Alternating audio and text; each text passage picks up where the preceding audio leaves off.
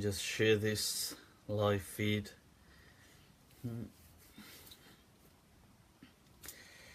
Right, if I can log into it, that is. Come on. Right, okay, I'll just wait for some of you to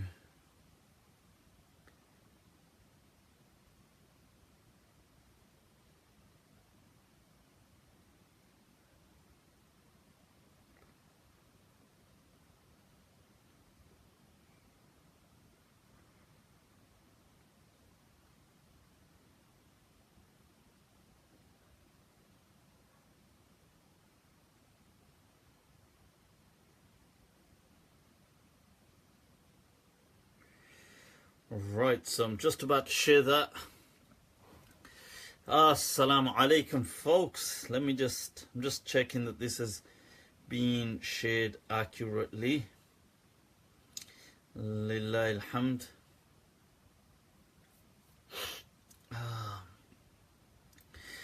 Right, so Farhan, ahlan wa sahlan, ahlan wa sahlan. Inna alhamdulillah wa kafah. والصلاة والسلام على رسوله المصطفى وعلى عباده الذين ارتضى ومن بهداهم اهتدى وبآثار أهل المدينة اقتفى وبعد فسلام الله على القوم مرة أخرى وأهلا وسهلا بكم bienvenidos a todos وخوش آمديد وسواغتم سواغتم. Right, so people, where are we? I'm just going to bring up some of the questions. Mudathir, ahlan wa sahlan, ahlan wa sahlan. People, those of you just tuning in, I'd like you to click share, share this link, get it out there, maximize and optimize the benefit, let other people inshallah tune in, and post your questions below. I'll get to them inshallah. Here's Jamrock, ahlan wa sahlan. Right, Solomon, alright, ¿cómo estás? Right, ¿qué tal? What's going on? What's going on? I'm just going to bring up some of these questions and I'll be fluctuating as always inshallah between them. So, where are they? Where are they? Here they are. Quite a few already listed here. Today it's just been a crazy day. God, you know, technology is so awesome, but when it kind of suddenly just breaks down on you. So, just been having some of these. Oh, shukran, fresh cut. It's been a few days now, but alhamdulillah. Couldn't really, for some reason. One of my phones had been playing up and it just drove me insane. So I need that. Can you hear that? Alright. That's what I'm talking about. Damn. Sal, ahlan wa sahlan. Right. Please answer the Mullah Awais Namazi Sahib Damat Barakatuhum al-Aliyah questions. Right, so people, those of you just joining, I'd like you to share the link, people, and post your questions, and I'll be getting back to you inshallah. So let's begin with some of these questions. Ya salam. Where did they go? Here they are. Right, so here we've got, shall I take a simple one to start off with, you know, just get the flow going. You know what I'm talking about. Mufti Mus'ab Rahim asks, am I allowed to bet on football games? Vah. Imam Hassan, ahlan wa sahlan, ahlan wa sahlan. People, those of you just tuning in, inshallah, share the link, like it, and post your questions below. I'll get to them. a marriage proposal, what age would you say it is reasonable to marry?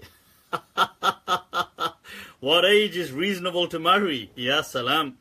Any age as long as it's legal, and the rest is, I suppose, common sense. But I'll get that's actually a decent question to maybe expand on. Tattoos are not haram according to Qarafi, but I couldn't find anything on the internet. Who is this? Let me just see. Baytul Sisik Akalin. Baytul Sisik. What part of the internet have you looked on? Have you exhausted the entire internet and still not found it? Ya salam. Right, so let's get to this person's question first of all, and then I will. You guys need to watch this clip called it's about being wise on the internet. It's called Snakes Have Legs. Hey man, snakes have legs. Whoa, do they? Yeah. Oh, I read that on the internet. Whoa, I better go tell everybody, man. Yeah, you do that. So funny. Right, so you're not allowed to bet in Islam. That's betting is haram, gambling is haram. If we go back to the bigger question, right? So now the point is, why is gambling haram? I think that's quite manifest, the harms. If you look at the addictions, gambling addictions, the harms it brings along, the kind of damage it has done on a sociological perspective, it becomes very evident. So I think it doesn't really require much explanation, and betting is just an aspect of that. It's a lower level aspect. I mean, you could say, well, this is just a harmless bet, but I think the main prohibition in Islam comes from gambling as a whole, and it's kind of closing the low end gambling just as a medium to the greater end, the damage that's done on that end of the spectrum. So if that makes sense. Some people have asked, will I be responding to Tommy Robinson? Abu Mu'adh, ahlan wa sahlan. People, those of you just joining in, share the link, share the live feed, inshallah, and post your questions below, and I will try to get to them.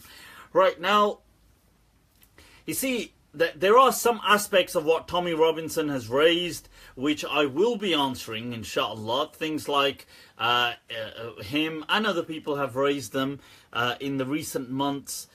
People like Majid Nawaz has also raised the issue of the hitting verse and how these verses ought to be condemned in the Quran. So I will be responding to that.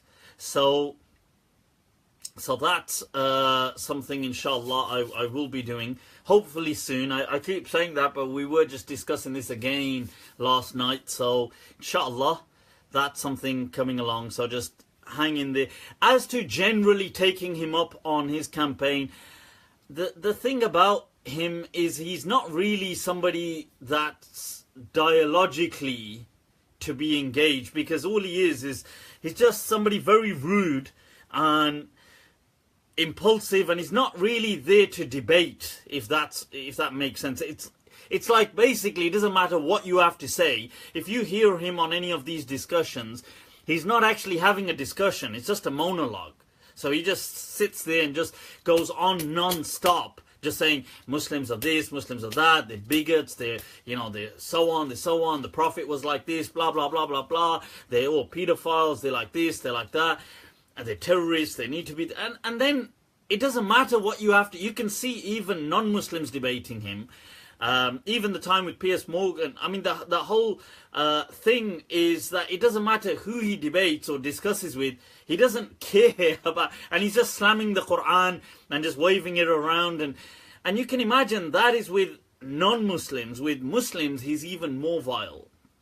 So as to when you say engage him, what's important is engaging some of the points that may be worth addressing. So he's raised this point. He's raised this point of like the hitting, that Muslims condoning domestic violence, and that point has been raised, and shockingly, even by some Muslims, like people from the Quilliam Foundation, like Majid Nawaz, saying that that ought to be condemned in the Quran, and I find that a horrid statement. And to shed light on, first of all, the ruling does not apply, but what is the context to that verse, and why it is improper to ask people to condemn it, because it's part of the Quran in essence. But to shed light on that, inshallah, I will be doing that. So because that I think is worth addressing. Okay, so I hope that clarifies the question. Somebody said they were really surprised to hear me say haram. Kamal karte ho yaar. Those of you just tuning in, people, share the live feed and post your questions below. Let me get to them, inshallah. Okay? Right now, about making something haram. There's a scholar, a local scholar from Birmingham, who I respect, and is from India, and the ice has melted. The ice that I put this massive ice block in there, and it's all melted now. Bash is in the house, people. All right, our standby, awesome defense solicitors right there. So if you need any, if you're in any legal issues, that's your man right there. But I used to work with this scholar, and mashallah, a great person. And this one time he said, we were talking about something and we were having a conversation. This is many years back. And I can't remember what ruling I was explaining. And he said, Mufti Saab, kuch to haram kijiye. Till today that sentence cracks me up. He said, at least let something be haram. Well, so there you go. Gambling is haram. Chalo, kuch to haram kar diya. At least people can feel. Mufti, what role did Muslims play in World War II? What role did Muslims play in World War II? Do you mean, I'm not sure what that, if that means the way the troops contributed, so to the French army and to the British army and things like that, if that's your question. I mean, I'm aware that they played a significant role, but for greater details, there is from Birmingham, Jahan Mahmood, who is a mutual friend on Facebook. I mean, he's a friend of mine on Facebook, presume. I'm not sure if the person asking is a mutual friend with him, but he's somebody that you can definitely, inshallah, reach out to, and he is a specialist on things like the Muslim contribution, the history of the Muslim contribution to the world wars. So I think rather than me trying to just give my my ill-informed perspective, I think maybe somebody like Jahan you can reach out to who will give a more learned perspective on that. Okay, I forgot what haram means. I know, Aisha Amir Hussein, it's something which I heard my forefathers used to say. This word, haram, vaguely, I recall my forefathers used to use that word. Right, so, people, right, let's get to Mullah Awais Namazi's question. I'm being asked so many times by Hez Jamrock. Right, those of you who've just joined, Tawkir, is that you? People, Imam Tox is in the house. Imam Tawkir is an Imam from America. I believe a current Imam, I could be wrong, in one of the largest mosques in the United States, I think, unless I'm wrong. And we did also spend some time as colleagues studying in Pakistan together. So ahlan wa sahlan. Imam talks, doing it. Right, so people, if you're in America, you need to reach out to an Imam. That's your man right there, inshallah. Right, so Mullah Awais Namazi's question, I'm being asked this so many times and I've forgotten the question now. Right, let me try and find it. Right, Mullah stated that an Islamic principle, one does not rebel against one's leader, it is considered kufr and a major sin. Does it mean he becomes a kafir? Right, sorry, Imam, just to say, Tawqir Shah, that's Imam Tawqir. Sorry, the talks is, that's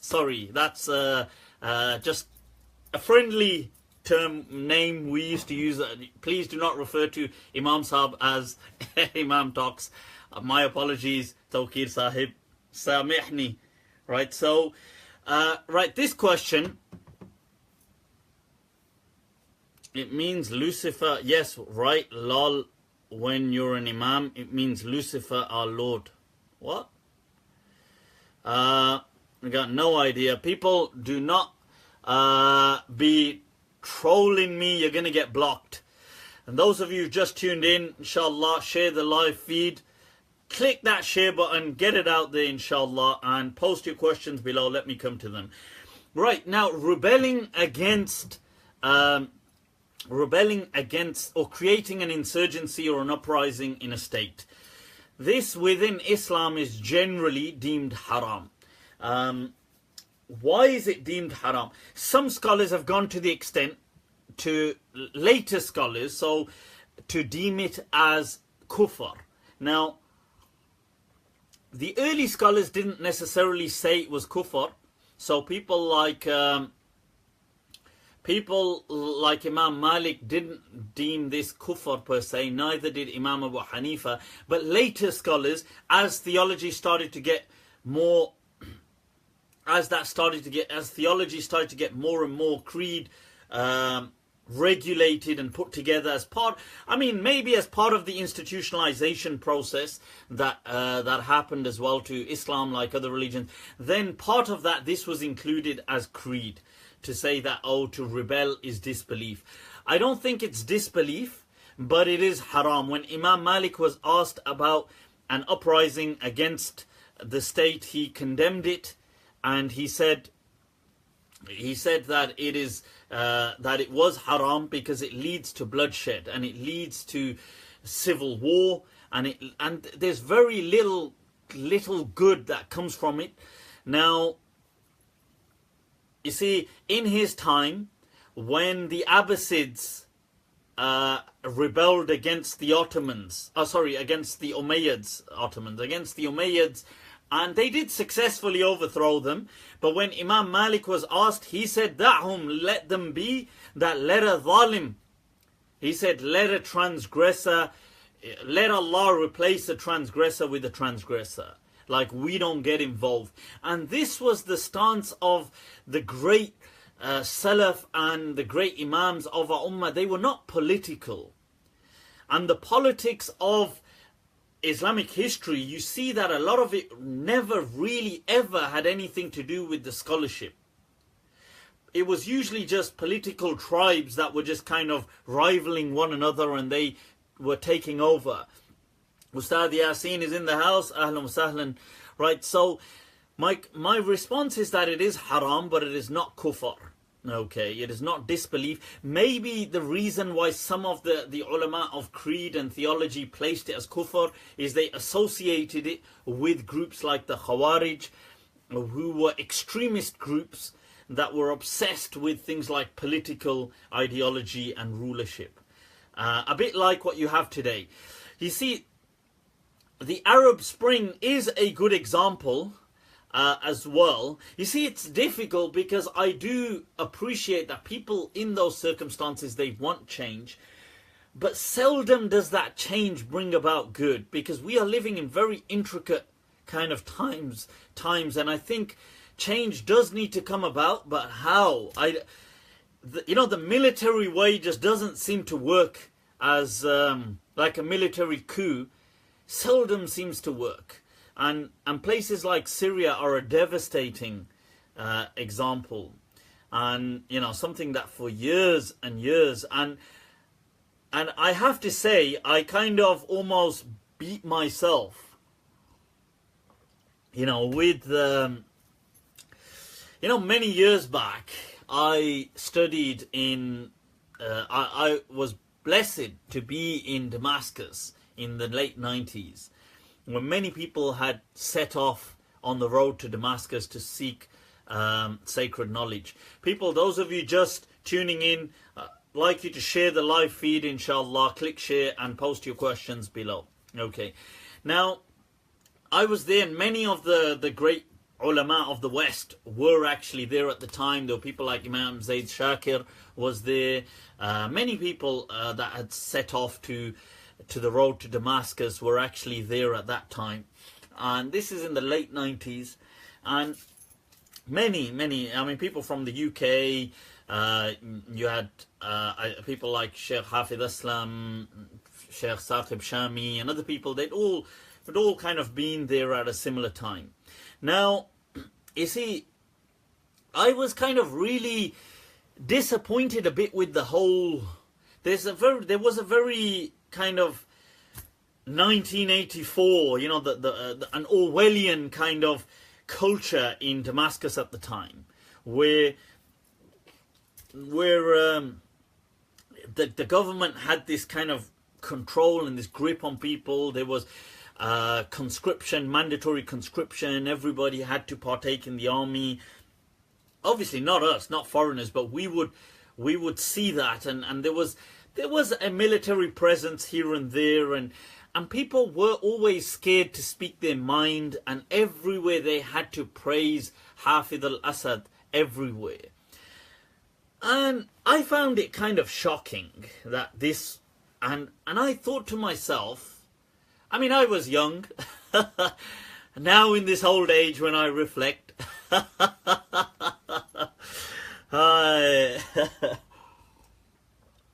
that what does Ghalib say? He says, मार डाला जमाने ने असदुल्ला खान तुम्हें, वो वलवले कहाँ हैं, वो जवानी किधर गई. That age, old age has got to us. Where is that vigor? Where is that strength gone? Ghalib asks. So the thing is that in my youth, so I remember thinking that, what is wrong with the people? Why wouldn't they just, why don't they just rise against the state? And just, you know, freedom at the end of the day. Freedom! Freedom! Right, and I thought, why don't they just rise against the state and just put an end to this damn misery?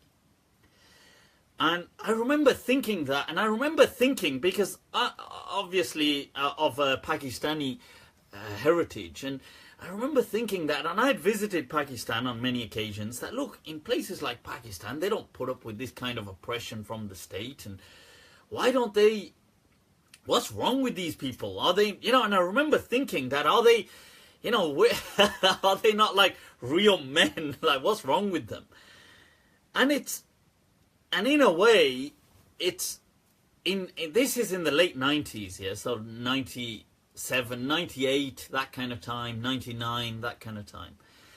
And I have to say that in the many, you know, what time and what fate showed me, it's almost, I mean, it's shocking. It's like it kind of answered that question to me, which I asked. And I just have to hang my head low, embarrassed at what I kind of presumably wished, I guess. Not that I had anything to do with it, but it's you know, you just have to hang your head low in shame. And you've got to think that, you see, this is how I thought at one point, that why don't people just rise up? But it has no khair in it. It has no goodness in it. nothing but really just bloodshed, you know, tyranny, mass oppression, civil war. It brings no goodness. It brings no goodness. And I think at the time I kind of marveled over the words of Imam Malik, that why would he not encourage this? But in time, it shows that they had great wisdom to them. These people, these Imams really did understand a great amount. So, so I guess, yeah, salam. But in a way, the reason I kind of shared that is that I understand when people ask these questions that, you know, many years ago, I suppose I asked them too. But I asked them actually having lived in that place. And I kind of feel in an ironic way that maybe as an irony, or I don't know what, or the sarcasm of the universe, that it kind of showed it to me and gave me an answer for what I asked. And I didn't like what I saw. So, you know, may Allah ease up the suffering of these people. Right, so anyway, it's a dark subject. It's a dark subject. Right, let's get back to some of these people. Those of you that have just tuned in, share the live feed, inshallah, and post your questions below. I'll get to them. Kya yaar, emotional kar diya mujhe.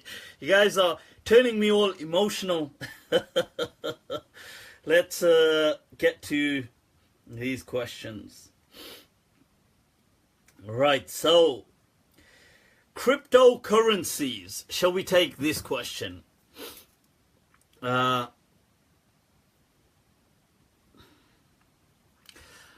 so cryptocurrencies, Bitcoin, etc., are they halal, haram? I think, in my understanding, that these things are not haram, but like anything, be wise. I mean, take a look at it.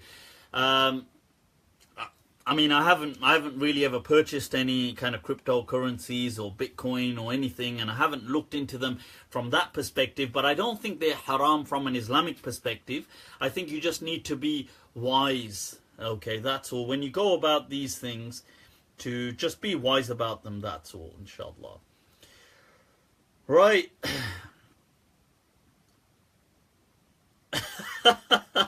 Somebody said, why don't you write a book? And Isa Ali said, you should call it My Beef with Y'all. Right, Abdul Majid is in the house, people, our IT tech. Maj, check out that question. What's going wrong with my phone, man? Help me out. WhatsApp me, inshallah. Right, Ricardo, bienvenidos. Those of you just logging in, share the live feed and post your questions. Right, can an authentic hadith be rejected based on irrationality? Yes, of course it can. Of course it can. A hadith of Ibn al-Jawzi highlights that the three conditions, he highlights that it does not, and the first one he actually puts is that la yukhalif al-ma'qul, it does not go against the intellect. Okay, and so that's important. La yunaqidul usul, and it doesn't go against the established principles of Islam. It doesn't kind of like contradict or clash with them either, and it doesn't also with what we have al-manqul. He says it doesn't kind of it doesn't contradict things like the Quran and stuff like that either. Okay, so just to clarify, yes, a hadith can be rejected based on irrationality, and as you can see, we've been sharing some Q&A where right, we've been sharing. Asim Mahmoud said, you look like Ultimate Warrior. I wish I looked. Ultimate Warrior was my hero as a kid. I used to have his posters, massive posters in my bedroom. Ultimate Warrior. He was my hero, man. WrestleMania 6 was the ultimate. I used to have all the little kind of warrior kind of I don't know, statues, figurines, and all those kind of things, man. But anyway, let's get back to this. I've been sharing some Q&A from a course that we did with Sheikh Akram Nadwi, one of the senior scholars, an amazing scholar. Now, so there's been some interesting kind of clips about, are you allowed to follow opinions that are maybe deemed rare or minority opinions and things like that. Secondly, the second clip was on is there such an obligation in Islam to establish a caliphate? So if you haven't checked those out, do check them out, like them, share them, get them out there, people, because there's a lot of unnecessary guilt tripping going on. And I will also respond to, there's been some points raised about that, okay? So some more quotes there about Ultimate Warrior, return to WrestleMania. See, when I was young, I was well into WWF back in the days, and I was a major fan of people like Warrior, and there was just, this is like so long ago. This must be like, I don't know, is it 1991, 1992, the early 90s, and going up to like 95. Those days, that was the highlight of my miserable childhood. Just wrestling, watching wrestling. But yeah, so let's come back to some of these. Right, so I shared these questions in that course. I want to, in light of this question as well, Sheikh Akram Nadwi does highlight that, look, several ahadith, and we will be releasing that as it gets edited, about that are to do with the Prophet having magic done onto him, are rejected. And part of that is to do with them clashing with reason, right? So and he gives another example in there. There is a hadith in Sahih al-Bukhari which states that Adam alayhi salam was 60 cubits, kind of arm length tall, and then mankind has ever since been kind of like shrinking. And that's in Sahih al-Bukhari, and that's nonsensical, right? That is not how mankind have not been shrinking like that, okay? It does not work like that. We've got hominins and, you know, pre-Homo sapien, you can take it right back to even to Australopithecus or Homo africanus, or if you want to, I don't know, whichever whether it's Heidelbergensis or whether it's Neanderthals or Agasta, Homo erectus, or, you know, all of these kind of different things. There's some fluctuation in size. Sometimes some may be, I don't know, they may be several inches shorter, or some maybe slightly taller, but they've not been massive. The discrepancy, the standard deviation, look at that, the standard deviation, Allah, the standard deviation is not that out. Okay, so just to kind of clarify, so yes, you know, you could say like Homo habilis was shorter, maybe, you know, a foot shorter and so on, and maybe a foot and a half, but they're not massively, the standard deviation is not that massive, okay, in general. Okay, so just to clarify, so that's not true. And then Sheikh Akram Nadwi actually highlights that hadith is rejected because it clashes with our general knowledge and reason.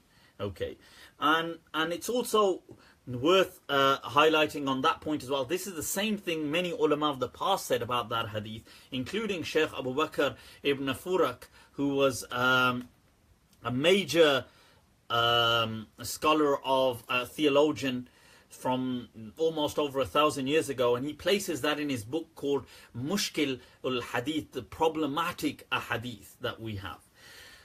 Right, so in that sense, nope, size doesn't matter, I'm afraid, in that sense. Those of you that have just logged in, people, I'd like you to share the live feed, inshallah, and post your questions. I'll get to them. Right, anybody still going on about the reverse camera? Get a life, please, god damn it. Right.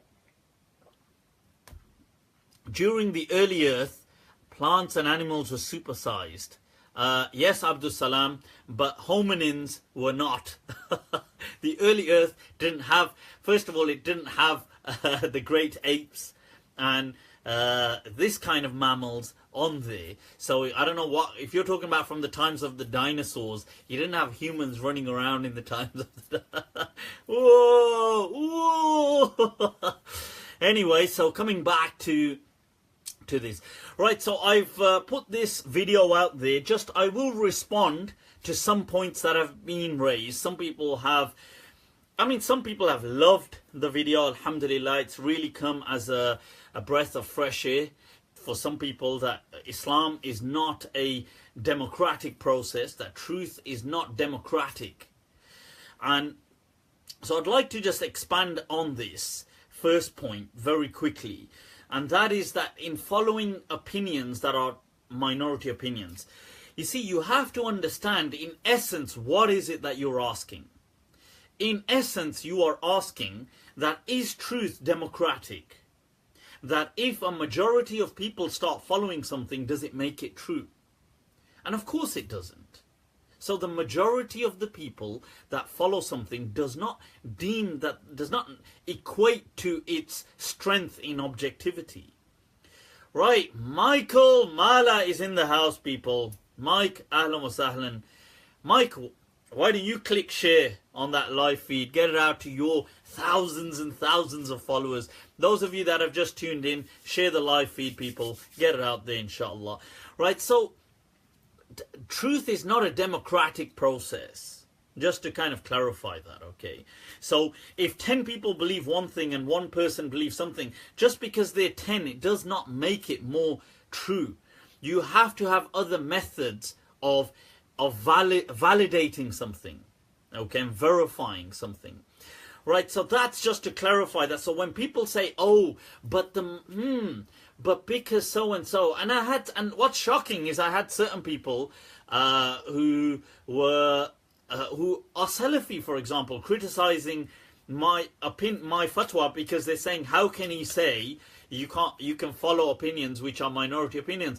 Well, I don't want to burst your bubble, but the Salafi movement is a minority movement. The Salafi belief is a minority belief. So if you're okay with following your own beliefs, which are an absolute minority throughout Islamic history, and your movement didn't even exist, so everybody historically followed a school of law, and you feel it's okay not to follow a school of law, that in itself is a minority opinion. So I just want to say it's interesting that people, it's okay when it's there. It's okay when it's their kind of minority opinion. So my point is that, look, nobody has a monopoly on truth, okay? And you have to understand that Islam through the ages, just like any religion, has undergone an institutionalization process. So there's a lot of control mechanisms involved in controlling people out there. So that is important to understand. Okay, so you cannot undermine that ruling. This observation. This is why I emphasize things like a discursive psychological approach or discourse analysis in kind of looking at things. And an example I often give is like saying that, imagine you can take a TV series of your choice. So you can take something like Game of Thrones, or you could take something like Suits, or you could take something like House of Cards, or anything that you watch. Ahlan wa sahlan. Tariq Khalik is in the house, people. Sheikhul Qawm right there. Right, so you could take any TV series you like, and imagine, but it has to be a lengthy one. So it's got several series to it, seasons to it. Now, if you, Abdul Sattar, shukran, much love, right back at you. Right, so if you take any TV series, and imagine you've got to make a trailer, but the trailer can only be 30 seconds long, and you've got to make a trailer. Now, you can take something like Game of Thrones, or you could take something like House of Cards, or you could take something like Suits, or you could take anything, something like Dexter or whatever, and you could make it look like anything. You could make it look like a comedy. You could make it look like a drama. You could make it look like a thriller. You could make it look like a kind of romantic series. You could make it look like a murder mystery. I mean, you could take any, like, if all you had to do, like, you have to take the entire seasons, the series, and just make a trailer for 30 seconds. You can taint it through any genre that you like. And that's what's happened with religion. So imagine now you made a trailer where you made Suits or Game of Thrones or whatever series look like a comedy. And somebody else made it look like a drama. And somebody else made it look like a thriller. Now imagine you all put out your kind of trailers. But one of them gains more popularity. So more people start replicating that trailer. So before you know it, let's say a few hundred years down the line, everybody sees this trailer as a murder mystery. And the trailer of it being a comedy has kind of been drowned out through a standardization process. So that's what happens with religion. It's the same thing. That people present they present their trailer of what they feel Islam is. Then other people kind of mirror this trailer. And the one that kind of gets more out there. The question here is, how does it get more out there is a different question. That has usually things to do with power structures, sociological influences, politics, dynamics. Things like this have a lot to do with which trailer, if you like, gets standardized. So now it's got to a point where people now have only one trailer of that series or of religion. And they've forgotten about the other trailers. So this is why it's important to kind of, and you could do the same thing with Monday Nights with Mufti. You could take some trailers where I'm just laughing my head off, take some trailers where I'm very serious, take some where and it would look the same. It would be exactly the same. You could portray me as anything. Right? Although portraying me negatively will be much easier. Right, so now that's to answer that point. I want to take it to a second second part. Those of you that are just joining in, right, ahlan wa sahlan bikum, welcome. I'd like you, if you can share the live feed, get it out there, let others benefit, inshallah, and post your questions below. I'll get to them, inshallah. Okay, now the second question that we posted was to do with, does Islam require a caliphate? And this has naturally had a huge reaction from people. Many people have loved it, alhamdulillah. The response was, no, Islam does not mandate any such thing. Islam does not ask for a caliphate, and this is a misunderstanding. Now, some people did get, I think generally there's a group that many of you have heard of, HT, Hizb ut-Tahrir. They are part of a neo kind of extremist kind of organization, generally non-violent, although they do encourage any means necessary in Muslim lands, so which necessitates violence, but in Muslim lands, not in non-Muslim lands. Now, they were obviously very offended, and I think some maybe people who have been influenced by them. So people have raised some questions, and just very quickly, just shedding some light on them. That people have said yes, but so just one point raised was that there's been Islamic texts in the past that have mentioned the necessity of a caliph, having a khalifa. Okay, now I want to highlight that first of all, this was a Q&A. It was not an entire session that we did dedicated to this.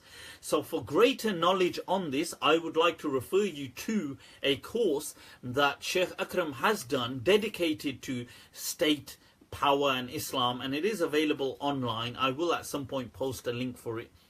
And also a lecture done by Ustad Jonathan Brown on the myth of the universal Islamic state.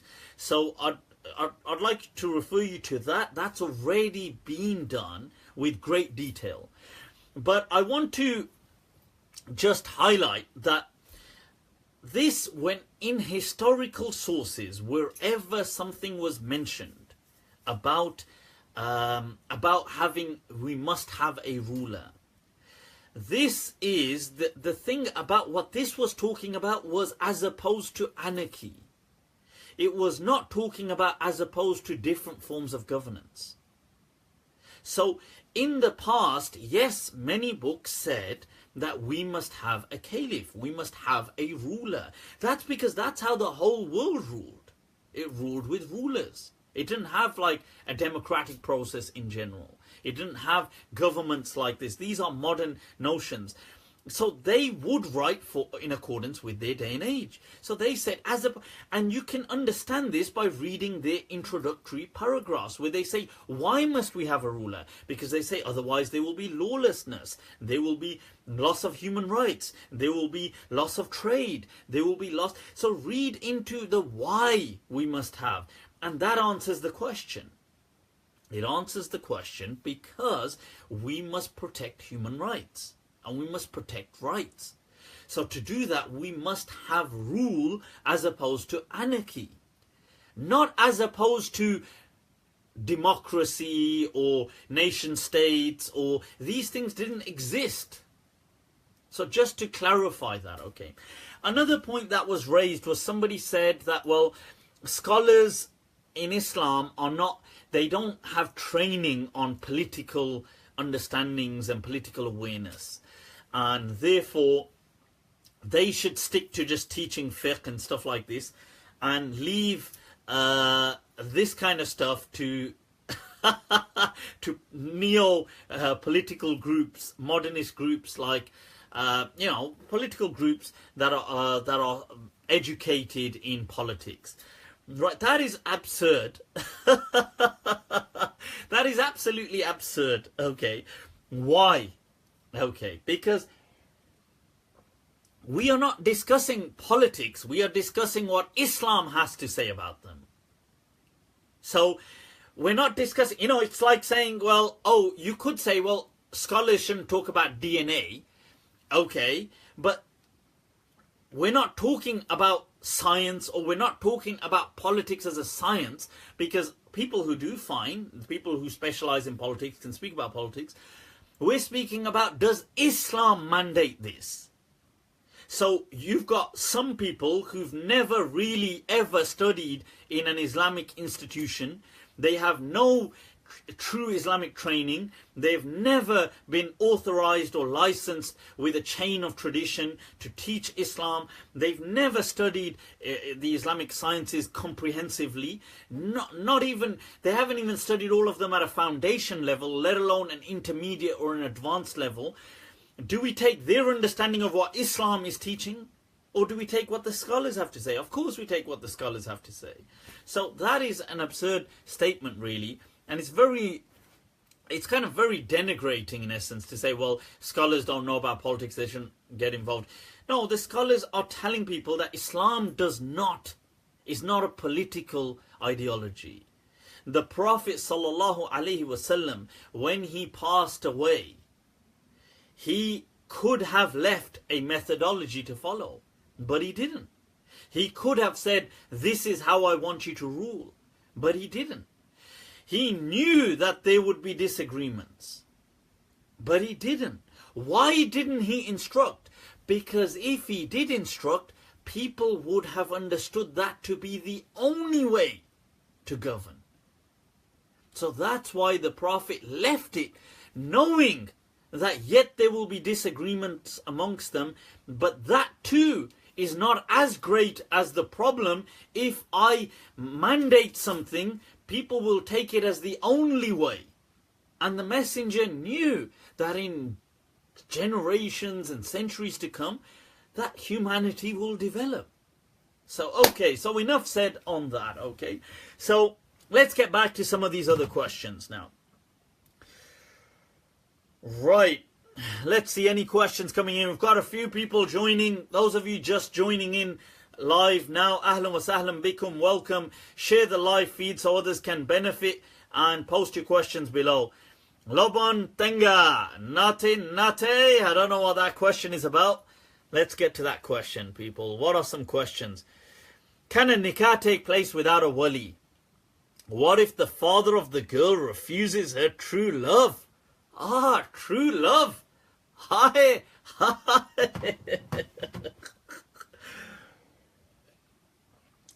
True love, people, true love. Ya salam.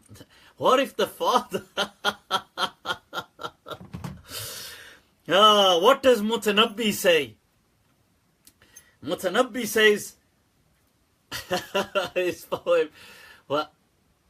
وَلَسْتُ مِمَّنْ يَدْخُلُ الْعِشْقَ... What does it say? وَلَسْتُ مِمَّنْ يَدْخُلُ الْعِشْقَ قَلْبَهُ. I am not from those who true love can enter their heart. I am not from those people.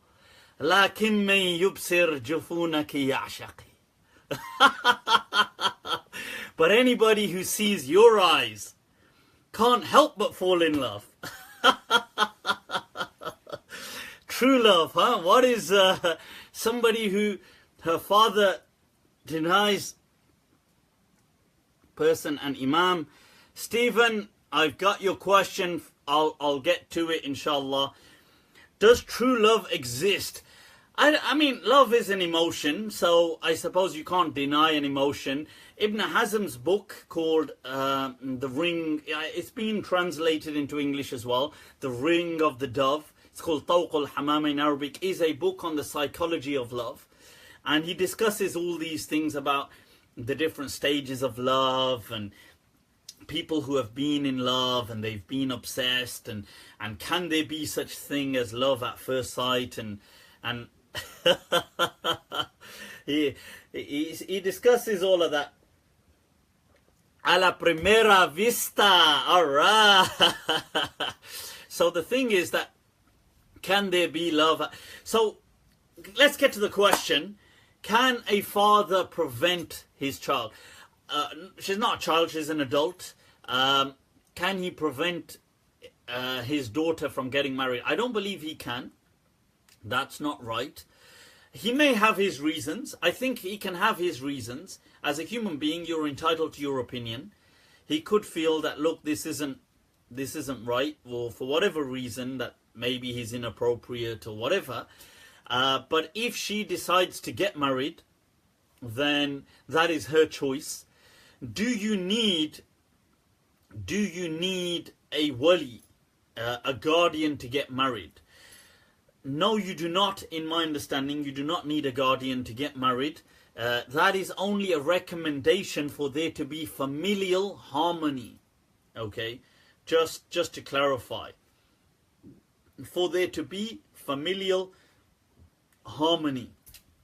So that's the important thing. There has been a huge difference of opinion amongst scholars right from the early days of Islam on is a guardian required. There's been almost like if you're going to look at it from an opinion perspective, a 50-50 kind of view. The Hanafi madhab very clearly on the fact that a guardian is not required, and several people also transmitting that from Imam Malik. I believe the understanding Ibn al-Qasim kind of leans towards that, and that's what Ibn Rushd al-Hafid also kind of pushes towards, in this understanding that a guardian is not required. And there are ahadith, but the ahadith have problems with them. Okay, so, and they've been problematized. And if you look at the verse of the Quran,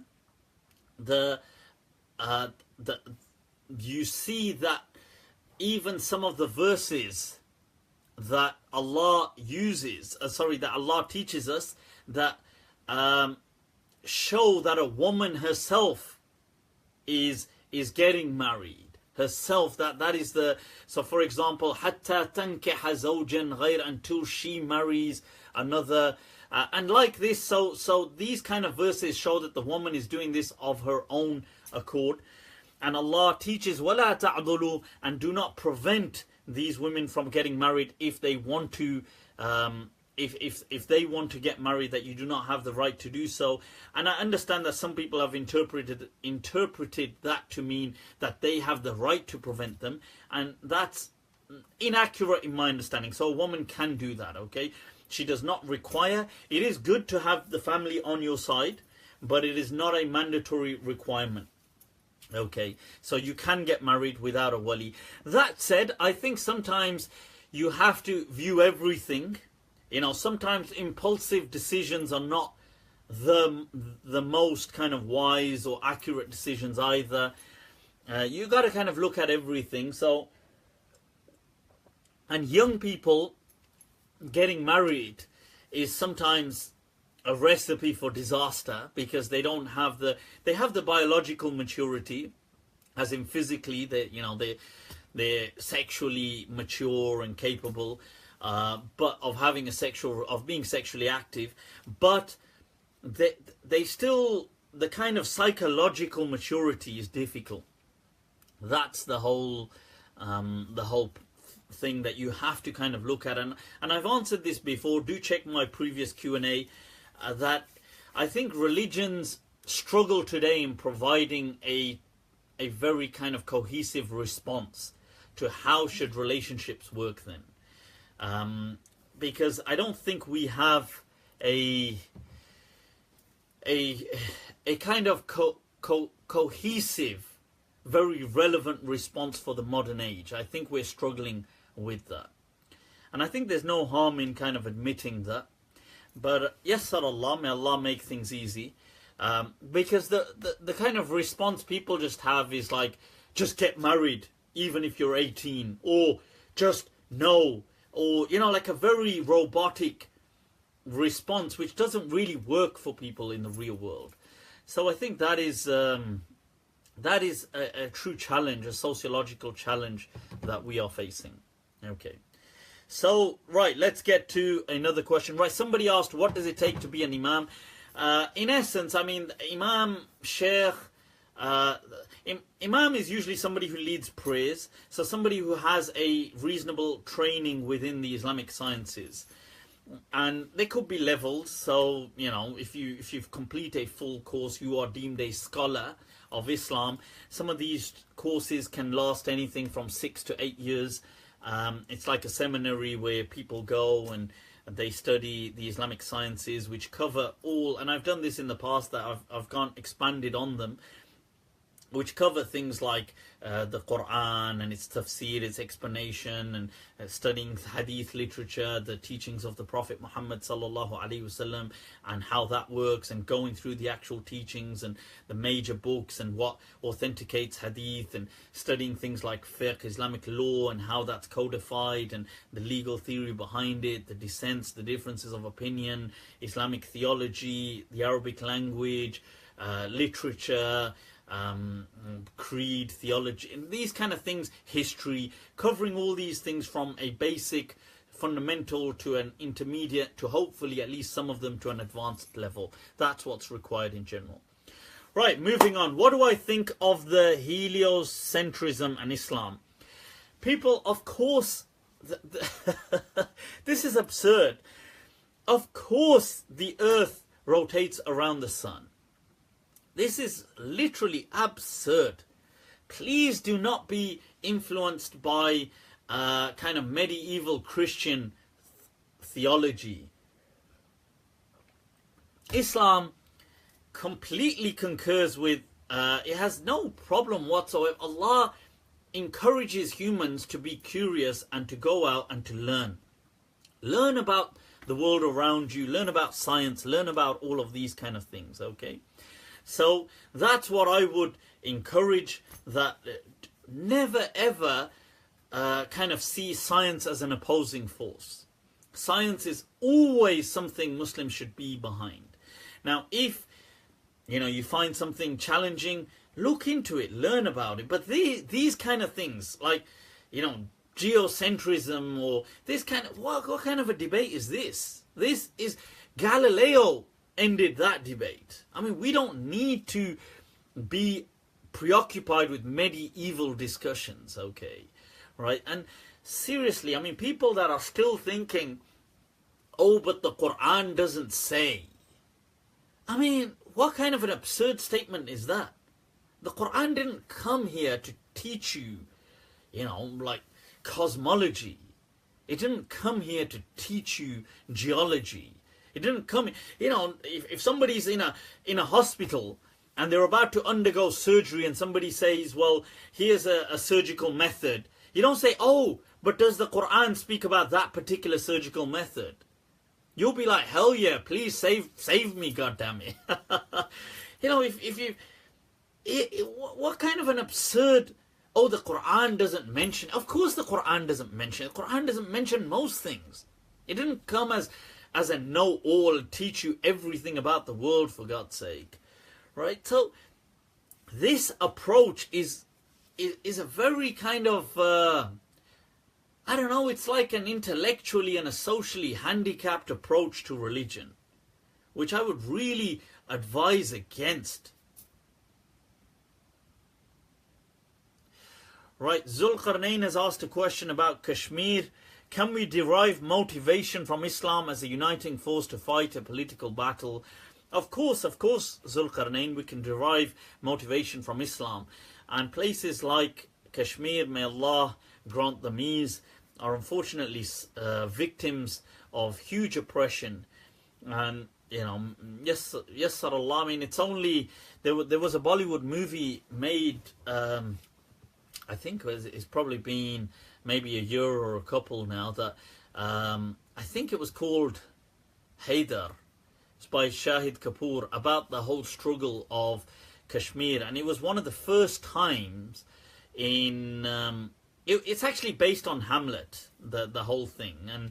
But it's an amazing... the movie was amazing. And it was one of the first times in mainstream theatre in Bollywood did they truly show the struggle of the Kashmiri people, and it received a lot of criticism for that, but may Allah grant them ease. May Allah grant them ease. Okay, so let's get on to another question. Those of you just tuning in, ahlan wa sahlan, welcome. If you can share the live feed, I'll get to your questions, inshallah. I'm just trying to get... damn. When you're trying to get to a question and then all of a sudden... Right, let's get a question. Mufti, what's your breast size? Rafetiwana Nati. What's my... Well, I don't...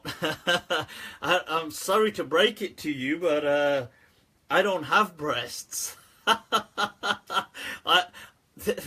I'm a man, goddammit.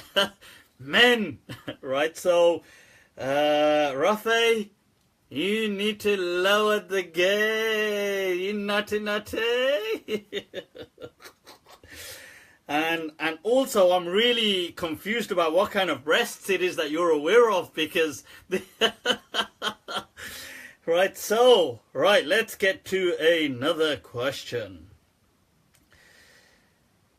In your opinion, the book, The Secret and the Laws of Attraction.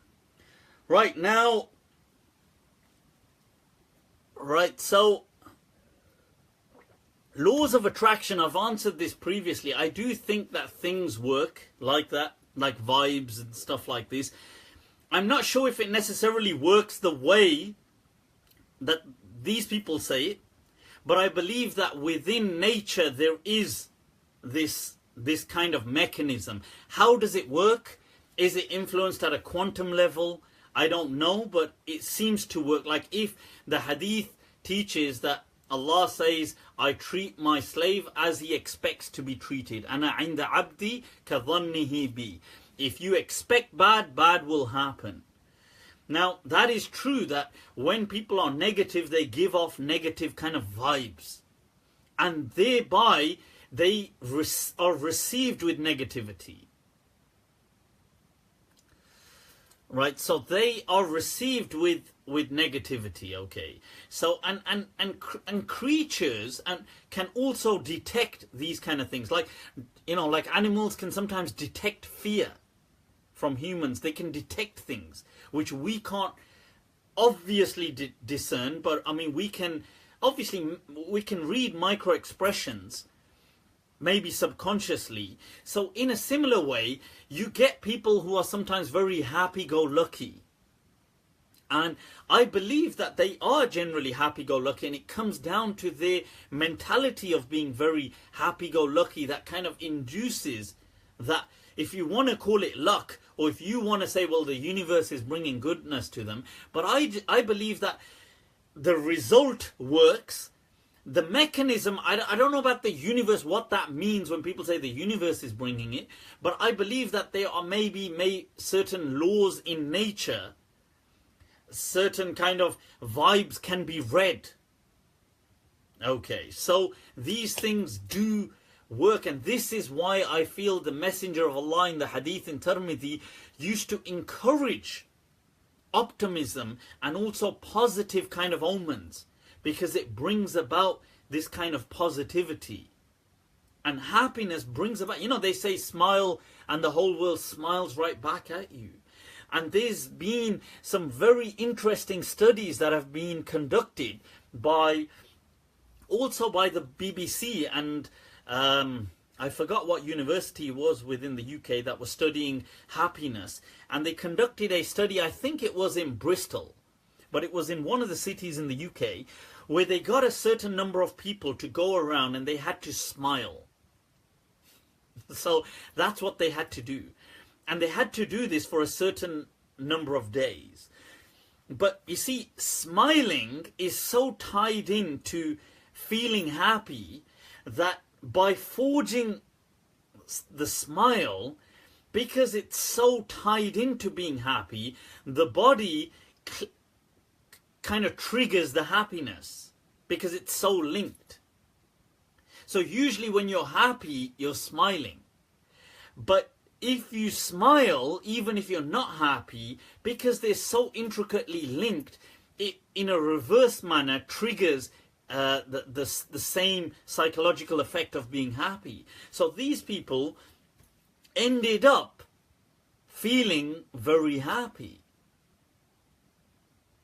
So this is important. And somebody's saying, well, how is this linked to Islam? It is linked to Islam because the hadith teaches you that Allah says that I treat my servants as they put out there. كَأَنَا عِنْدَ عَبْدِي كَظَنِّهِ بِي. As the person puts that out there, they are treated accordingly. Okay, so that's just to kind of put that out, just to respond, okay? Let's move on. Where am I located? In the heart of England, people, in the heart of England. Bromtown, Birmingham, that's what I'm talking about. The Don place to be within the UK. Birmingham is awesome. It is where the heart is, and I wouldn't really leave it. I've been offered on many occasions, but can't do it, people. Right, so is Salam a very urgent question? If an adopted child is breastfed 5 times before the age of 2, I take it, does that child right now? Oh, right, damn, it's moved on. I can't see the rest of the comment. But I take it, is the child considered, is that what you wanted to say? I couldn't see the rest of that question. Am I thinking of moving to Medina? Medina is the city, the enlightened city in Islam, and it is the beloved city of the beloved Messenger of Allah sallallahu alaihi wasallam, considered the most virtuous place on earth above Mecca, according to those who adhere to the school of Medina like myself and follow Imam Malik. But you see, would I move to Medina? I wouldn't. Neither would I move to Mecca. I would be like, my response I suppose would be like that of Imam Abu Hanifa when he was asked, why do you live in Kufa and do not go to Mecca or Medina? He said, I would rather be in Kufa and my heart is with Medina, then be in Medina and my heart be with Kufa. See, us kind of sinful people who are so distracted, we belong in this part of the world. This is where we, and I would rather that my heart, whenever it looks at Medina, whenever it thinks of Mecca, it thinks of it with such virtue, that rather than living there and then becoming so accustomed to it and seeing it as nothing but the kind of commercial, corporate part of the world, I wouldn't want to do that. I wouldn't even want to spend more time in Mecca or Medina than necessary. If I was there, I would rather just do what I have to do and then leave. Because I don't feel right. You see, I don't want to violate the sanctity of Mecca or Medina with my corrupt mind and my polluted soul. I'd rather be away from there, but always see it as a pure place for me. This is why I'm surprised when people do things like, you know, go there on romantic kind of getaways. I struggle to that's me as a person. Okay. Right, so let's move on. What have I done with my hair and beard? I don't know. I think it's pretty all right, really, Zahir. Whatever has been done with great panache, my friend. Right, so you'd need a gym. Hell yeah, I'd need a gym. But it's not just, they've got gyms, but you know what? To me, they say that Sayyidina Umar would chase away the people after Hajj. He would chase them away. Because he would say that, you know, by staying in Medina, you become desensitized. Like, go away, go back to your places, people. And I think there's an importance in that. I see a relevance in that. Because I remember many years ago when I did Umrah, and I got there and I remember the first day thinking, wow, and I thought to myself, this is so awesome. Like, and I thought, what are all these people doing in the shops? Why are they not in the haram? Why are they not in around the Kaaba? That would be awesome. And I thought, you know what, let's get in there, let's read. And I thought, you know, at night, like, instead of, you know, let's say reading Surah Al-Mulk before going to sleep, why don't I go into the haram and read Surah Al-Mulk while sitting in the haram and then go back and then go to sleep? And I remember doing this when I got there. This is many years ago in my youth, right? So, but then within, I don't know, over a week's time or whatever, and I was already desensitized. I was like, oh, it's so hot, let's go get an ice cream. You see, so this is my point. We're just human, all too human. So this is why I'd rather just recognize myself, know thyself, and I'd rather, as Imam Abu Hanifa said, stay right where I am, in a metropolitan, cosmopolitan part of the world, where people like us belong, and just always see places like Makkah, the Haramain, as blessed, beloved places to our hearts. That's all. Right, what is tawakkul and the benefits and limits? Tawakkul, Dawood Ahmed, is where you have a reliance upon Allah. It is awesome within Islam to always have that reliance upon Allah. Its limits are, but don't be foolish. Don't be foolish. The Prophet Muhammad sallallahu alaihi wasallam said in a hadith that he said, when somebody asked him about tawakkul and they came to the masjid and they left their camel there and they were about to enter, and the Prophet said, why haven't you tied your camel? And they said, it's like somebody pulling up today, right? Those of you just joining in, ahlan wa sahlan, people, share the live feed, get it out there and post your questions. I will try to get to them. Okay, Safina Kausar, I'll answer your question in a moment. Right, so now the Prophet said, well, it's like today somebody just leaving their keys in the car and just pulling up outside a masjid, for example. And the Prophet said, why haven't you tied the camel? And he said, it's okay. He said, I'm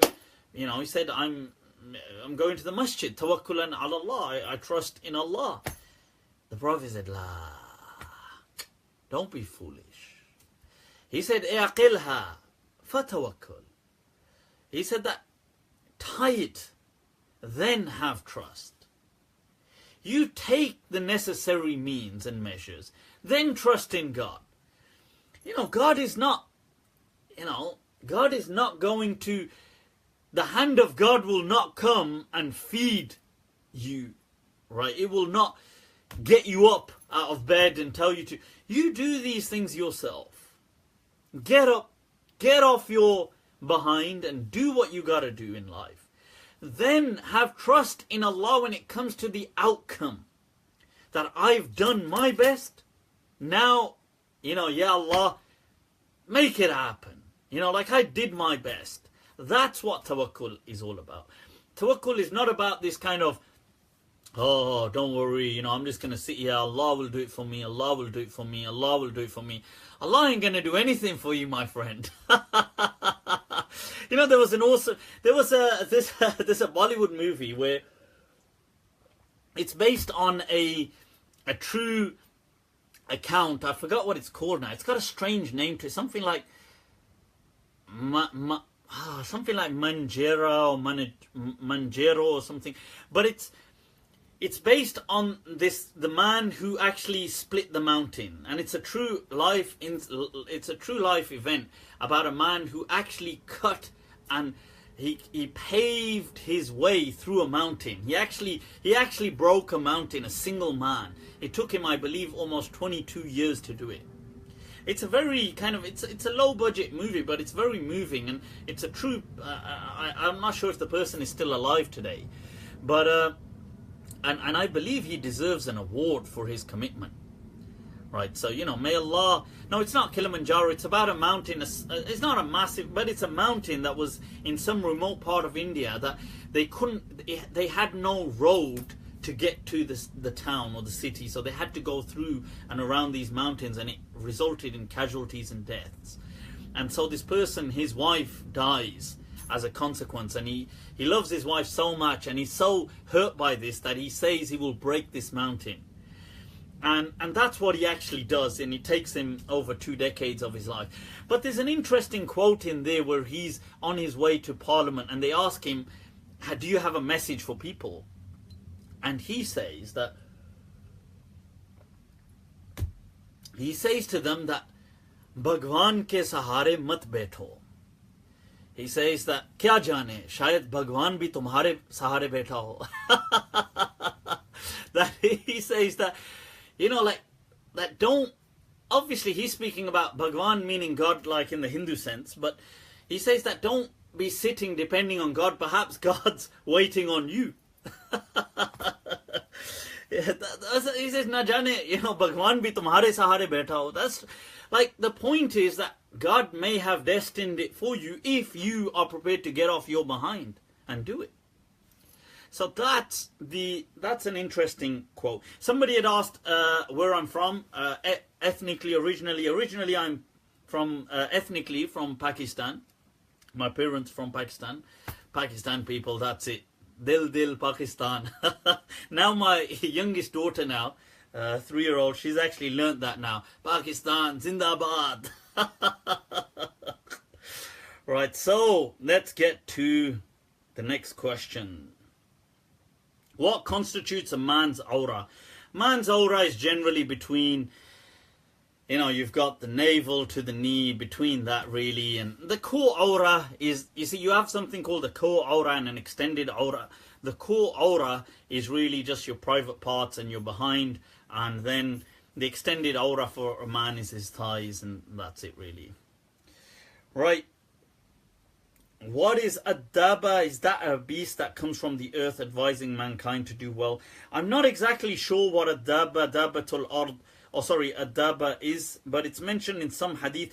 These things to do with the signs of the end of time. They are, as Ibn Ashur mentions, that they are from Islamic information. They are not from Islamic creed. Okay. Is there any way, right, okay, Sarraj, let me get to your question. right? So that's from, they're not from Islamic creed, so it's okay to entertain some of them, but don't take them as a matter of creed, okay? Because we don't really truly know what they mean, and some of them may have been misinterpreted by some of the early converts to Islam of a Jewish and Christian background, who may have misrepresented some of the ahadith, e.g. those to do with maybe the Dajjal or the Mahdi or stuff like this, and Jesus and his second coming, or stuff like this. These things have been also problematized by some scholars in Islam. Right, those of you people who are just tuning in, share the live feed, put your questions there and I'll get to them. Right, so the question is on if an older child cannot be, right, okay, does a child become a mahram if he is breastfed under the age of 2? Yes, he does. What that means is the nursing mother is like a substitute mother Islamically for the child. So that's fine. The question then was, right, Zafar, I'm going to try to find your questions here. If you claim they're interesting, we'll put that to the test. Right, what do adopted children take the rulings of being mahrams? You see, I would feel that as part of this day and age, part of the ijtihad is that I would say that that adopted children under the age of puberty, that are adopted as children, right, they would take the rulings of mahrams. Okay, so that would be, and we would have to rule accordingly, and the Sharia, in my understanding, would want us to do so, in order for this to safeguard the welfare of these vulnerable children, and to make sure they get nourishing and nurturing homes. So that's my ruling, that yes, they would become mahram as children that are brought up in a certain home. They would take the same ruling. And if they are adopted, because in adoption it's different to fostering, they kind of move around a lot, but in adoption they can also take the surname of the family. I've highlighted that before, you can check that out.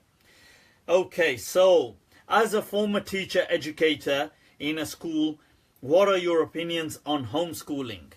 Right, homeschooling. You see, if you can do it, okay. I don't think I could ever do it. I'd just be way too lazy to. I do think sometimes I think it is very important for children to mix with other children their own kind of age or similar age, right? So because that's how children learn.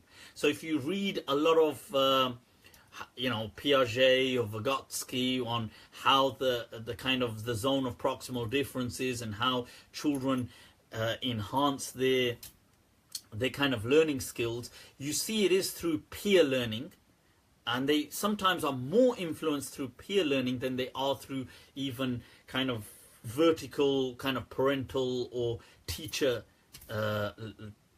education. So I think it's important. So I'm not so sure. Personally, I wouldn't homeschool. That's me personally. If somebody's doing it and they're doing it well, alhamdulillah. Maybe those kind of home schools where what is meant is several children together, that are kind of like a classroom, but it's almost like a community private classroom. Maybe so, those kind of things I would be more fond of. But I think schools, as long as the school is fine, alhamdulillah. Schooling, yeah, it does inhibit you. I mean, but if the school is good, maybe it will provide a good experience.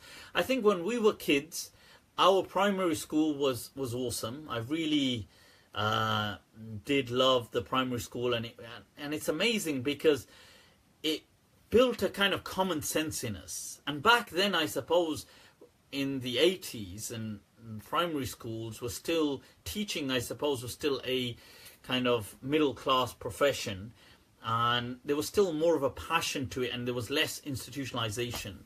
So it's interesting to see that. And secondary school was a nightmare. It's like I just went to prison, basically. That's all it was. But it's interesting, they say that many kind of academics have shown that when even adults, when they are faced with certain challenges, they resort to certain structures that they developed in their childhood as anchors. And that's interesting. So a lot of the people I know, that when we were from a relatively kind of, I grew up in an area called Handsworth in Birmingham, which was a very kind of rough and tough area, and still is to some extent. But I mean still is. But I mean, although I don't live there now. But my point is that. So what I'm trying to say is that all the people I know from that school, who are now like my age or older, they still are decently kind of well spoken, even though they didn't go on, many, to pursue a formal, like a higher education. They all seem to be kind of very, like, they can articulate themselves reasonably well. They can, they all seem to be reasonably intelligent in their own way.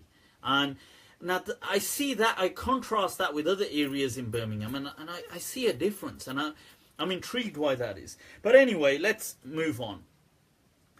Right, so somebody says, Surah Isra says one must not even say uff to one's parent.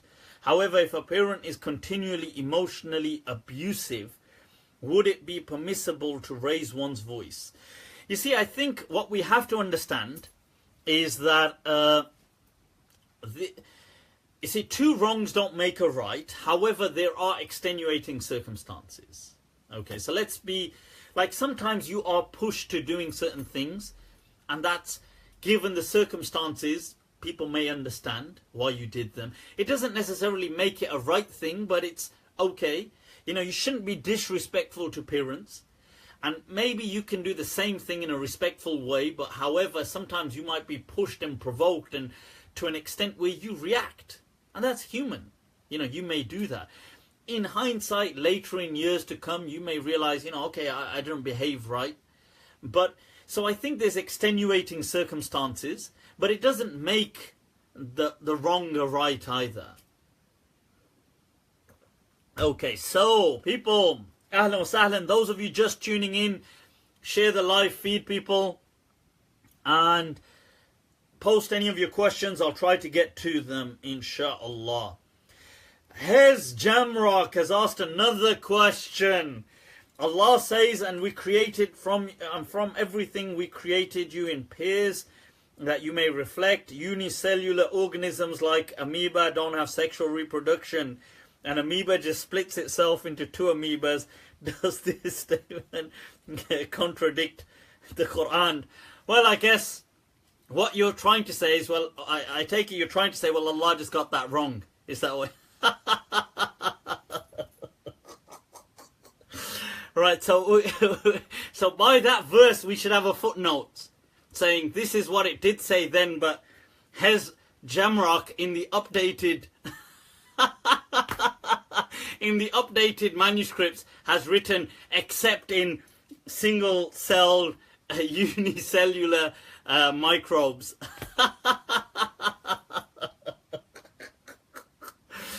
Right, relax. Allah says, وَلَقَدْ خَلَقْنَاكُمْ. Kum is used for human beings only. Okay? It is what they call al-jama' lil-aqil. It is the plural used for somebody with reason. You don't even use kum for animals. Okay, in Arabic, you would say, if you were addressing it, you would address it either in the feminine or singular sense. You do not address animals or non. In English, we say animate and inanimate, but in Arabic, it's not to do with animate. It's not to do with life. It's to do with reason, aql. So if you're non-human, you are addressed in the feminine kind of form. In language, I don't mean you're effeminate. I just mean in language. And you are never addressed with that plural. Okay, so don't laugh like a demon.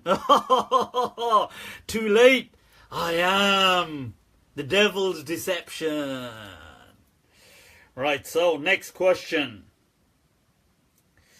In India, the government banned the Islamic practice of men giving divorce. I don't think the government banned it. I think it banned the recognition of it. Okay. So I've answered this previously. Right. So people,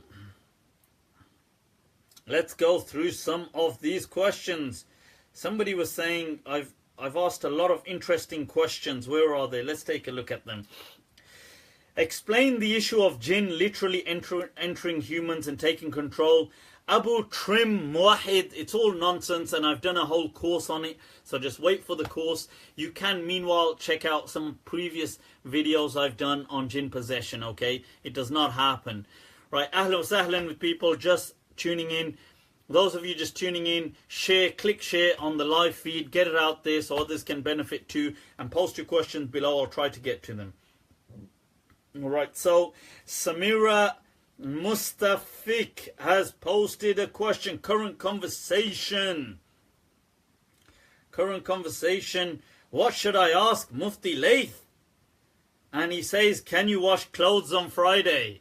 I don't know. Can you wash clothes on Fridays?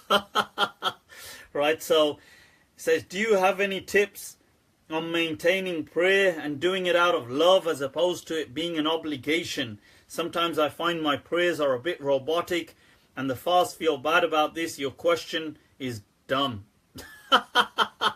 Okay, right, so he says my question was a joke. Perhaps he'll say my name. Well, yes I have. I've said your name. Alright, coming in from Chicago, Samira Mustafich. Doing it. Right, so question, look, this is an interesting question.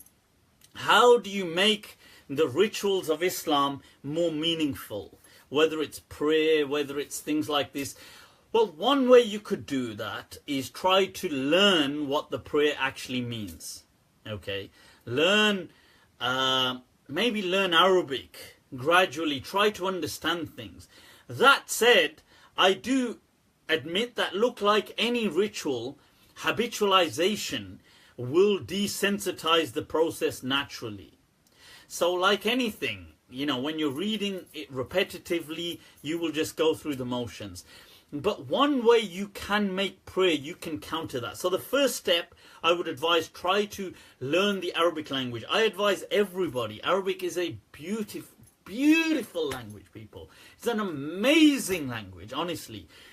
It has turned my life around. So I would definitely advise everybody, learn the Arabic language. There's many courses going on, many courses online.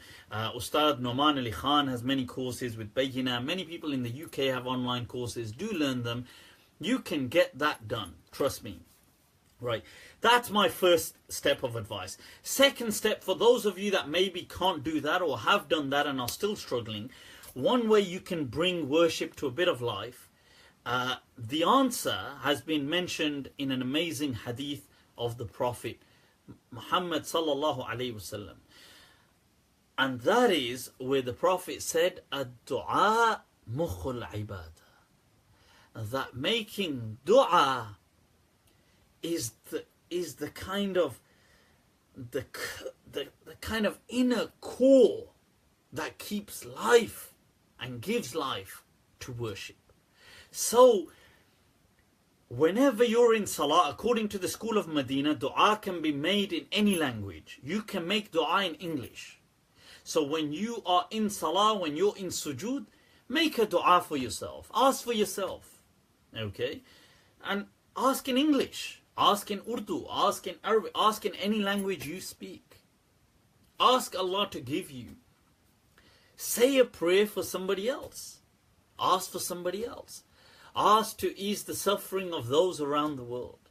Ask for maybe somebody personal that you know. This will bring life back to your worship, inshallah. Okay, so that's my advice. I hope, inshallah, it can be of some help. Okay, those of you just tuning in, share the live feed, people. Get it out there and post your questions. Let me get to them, inshallah. Zafar Tareen had said he's got some interesting questions. Are life insurances allowed, and generally insurances? Ali Razi. Right, I've answered this in much more depth previously. I do believe that insurances are allowed. Yes, that is fine. Insurances are not riba. They fall under something called mukhatara, the trade of risk. Now, because the day and age has changed, and the sociological structures have changed, and with them, commerce has changed. The reality of contracts has changed. So in this day and age, these things are no longer exploitative. I mean, first of all, these things didn't even exist like that back in the time of the Prophet. But other things which were to do with risk were highly exploitative, and the rights of the people were seldom preserved. Today that has changed, and thereby, as the principle says, that al-hukm, that yaduru ma'al-illa wujudan wa adman, that the ruling goes with the actual cause, the illah of that ruling. And today these transactions in this part of the world are honoured and protected, and they are not exploitative, and therefore, and they can be very helpful. And they're quite negligible in some cases. So sometimes you might take out an insurance which you are happy to pay. Should something happen, it will be of great relief. So okay, that is permitted in my understanding. Right. What is my take on preserving Islamic relics in Medina and Mecca? Some insist that the relics have to be replaced with hotels and accommodate for Hajj. Others insist. See, I think it would be awesome if you could preserve these relics.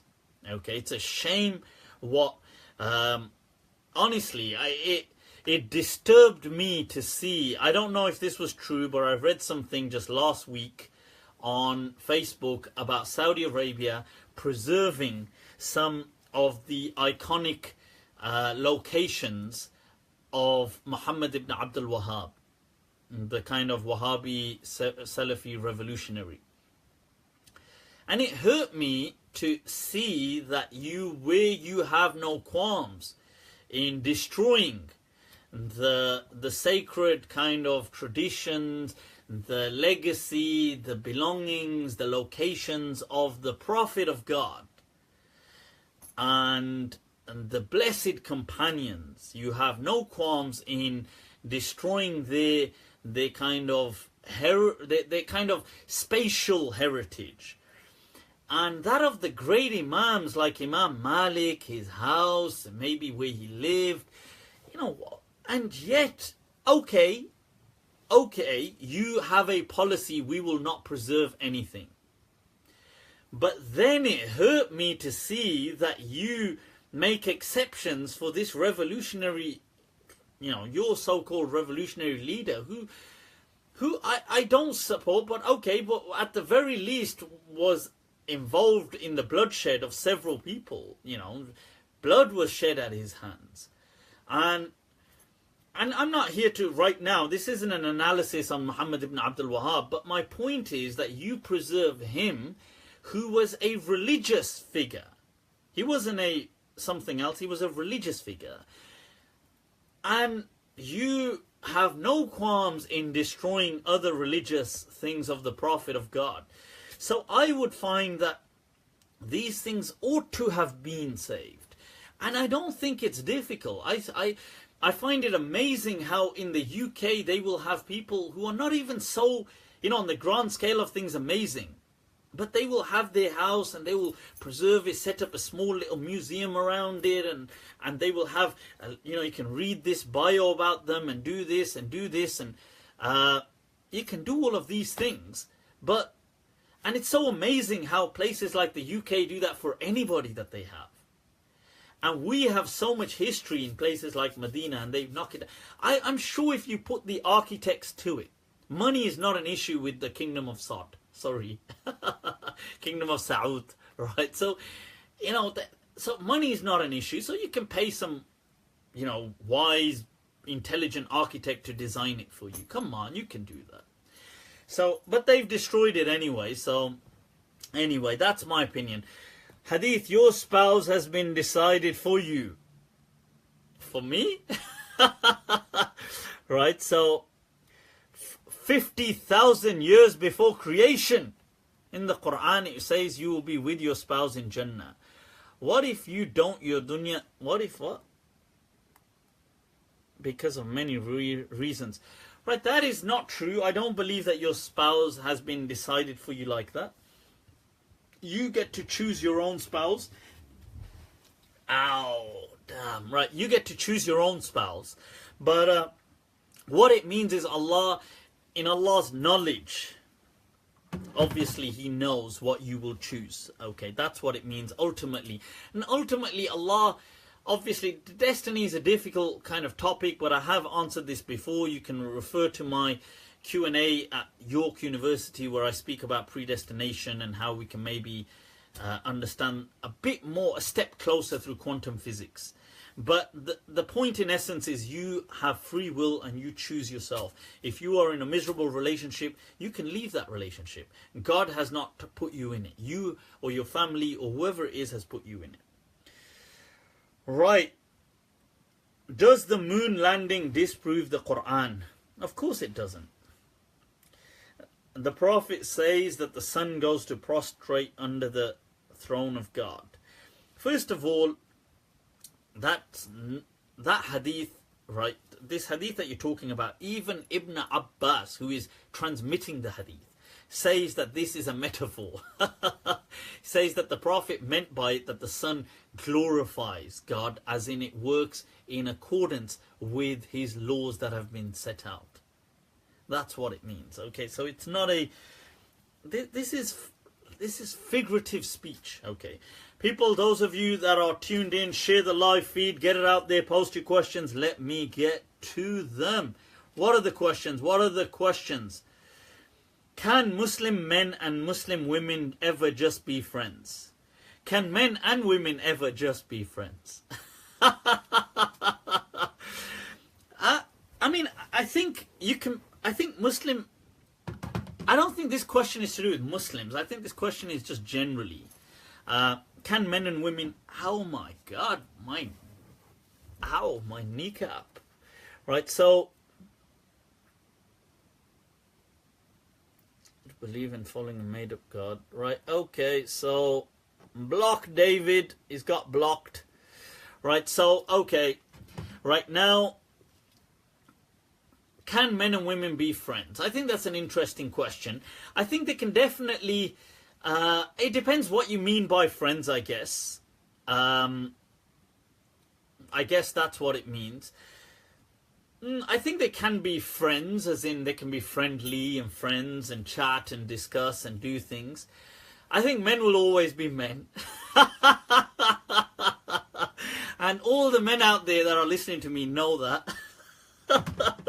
And those that say, what on earth is he talking about, are just liars. There's been a lot of some kind of social experiments on stuff like this and interviews. I think men will always just be men, right? And that's the true nature that God has created us with, and it's our evolutionary nature. It's our instinct. I think there's nothing wrong with that. I seriously dislike the fact that the way men are kind of made to, almost feel guilty, or society is designed to kind of make men, it tries to make them feel bad about their evolutionary instinctual kind of nature. That's male human nature. Why should you don't expect male species in all other animals to be embarrassed for being like, or for having that kind of drive, sexual drive of always being wired like that. But it's what you do about it. Okay, that can be discussed. But to be like that, why is that necessarily a bad thing? Like what it's part of our evolutionary process as human beings, and it's right throughout life. You take life, and just take species that are male, and that is all they do. Right, so just to clarify, so I think we shouldn't, because I kind of see this in society. It's weird. It's an irony of Western society, I think. that on one hand it's hypersexualized, on the other hand it kind of sees this as like, oh, it's so disgusting. Like if men have sexual thoughts, it's always disgusting, it's always perverted. But if women have it, it's okay. Oh, it's just, oh, it's seen as like, oh, it's okay. You know, they just, and I think that's almost that. It's like a weird kind of dissonance and contradiction of modern Western society as we are developing further. And I think that's, so I think the main point is, okay, people can ask about acting out and depends what people do, but generally this shouldn't be something seen as like blameworthy. So I think, but coming to the question, you can be friends, but I suppose, you know, the mind is what the mind is. That's, I hope that gives some transparent kind of answer to that. Adam saying feminism, yep, feminists are going to be really upset with me saying that, but what the hell, huh? It's like, you know, people are like, oh, you know, I just, I don't, you know, like I read this thing online about certain women saying like, well, why do men look at them sexually? I thought, I just tried to get my head around what I was reading. Like,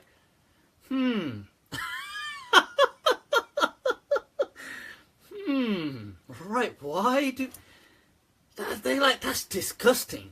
Like, why do they even like look, like what I mean by look as in like if they see a woman, why do they like conceptualize her as anything to do with like a sexual like, why? Like, this is disgusting.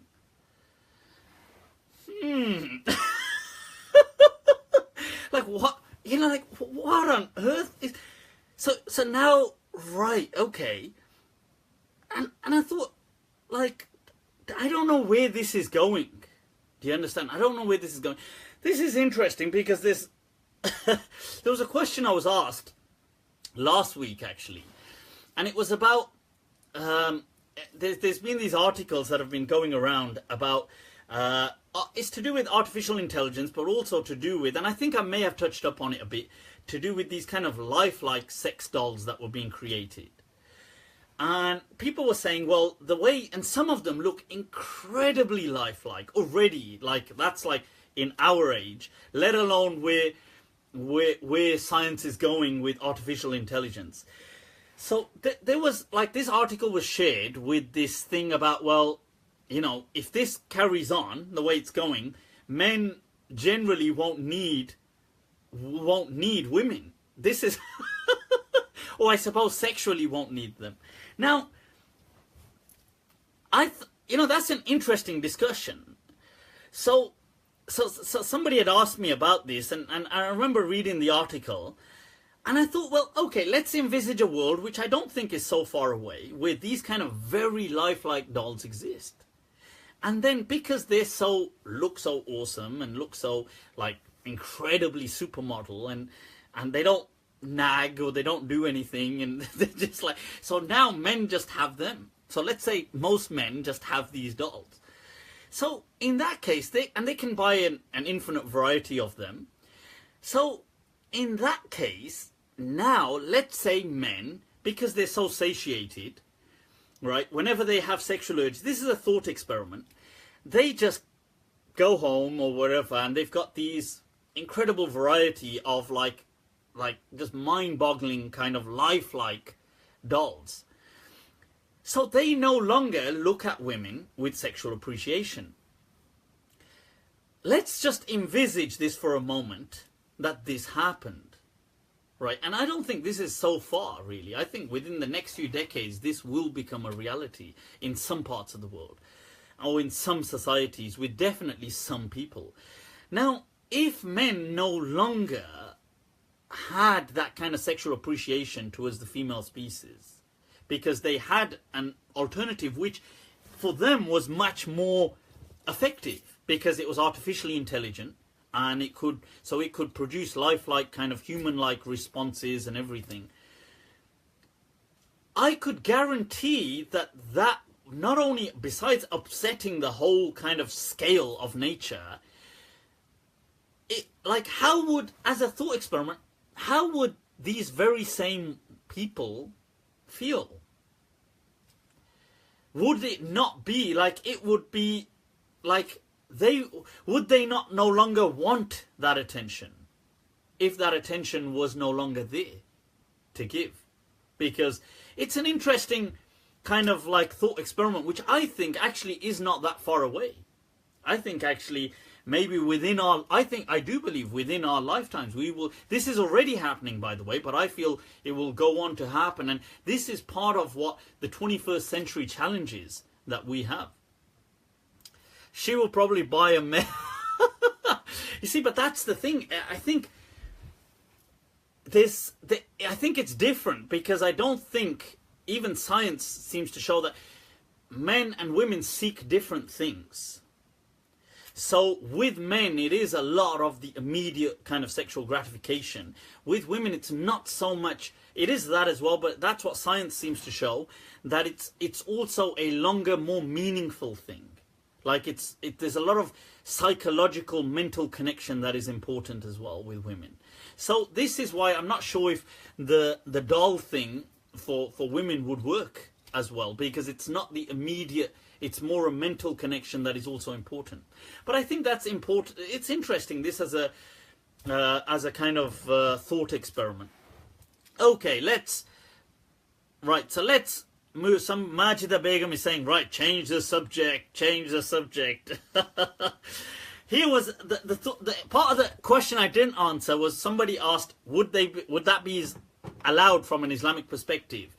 And certain scholars, Ibn Qayyim al-Jawziyah brings certain scholars from the Hanbali madhab to show that that is permissible from their time, where they speak about artificial kind of sexual outlets in their time. So let's, now that I've answered that for all those asking, right, no need to kind of lose track. Let's get to the next question. If Islam does not recommend a model for political governance, how do we explain Islam's teachings on criminal laws and zakat distributions? Whoa, that's a radical shift, right? Now, right, so how, right, Islam does not advocate any particular method for governance, but it does teach certain laws, and it gives objectives of laws if humans live in a society whereby they govern themselves. How they govern themselves, it has not been dictated. Do you choose a democracy? Do you choose an autocracy? Do you choose an oligarchy? Do you choose a monarchy? Do you choose a... Whatever you choose, Islam has not given one preference. It just has not spoken. In fact, it's interesting, because Islam, the Quran seems to condemn this one ruler almost approach of the kings. That the verse of the Quran to do with Sulaiman alayhi salam, where Bilqis, the Quran quotes her saying, Innal muluka idha dakhalu qaryatan afsaduha, that kings, all they truly do is corruption. وَكَذَلِكَ يَفْعَلُونَ, and that is indeed how they do. So that is interesting, that the Quran actually, when speaking about this, actually portrays this kind of oligarchy, this kind of monarchy where one person has control, as corruption. So Islam doesn't say how the instrument, but it says when you do, there should be laws which protect human rights. So that's why it has these laws in place, and kind of like a penal justice code and things like this. Whew. Next question, people. Why are you judging a person by his beard? Are people judging me? Do you? If you're judging, please shave your beard. It doesn't look like the sunnah of our prophet. Well, you spelled that correct, prophet, because that's block. There you go, blocked, people. Right, next question. La hawla wa la quwwata illa billah. Na'am, ya Mufti Qarih. Na'am, innahu la hawla wa la quwwata illa billah. Right, let's move on, people. Let's move on. Next question. Aina wasalna. Where have we got to? Right.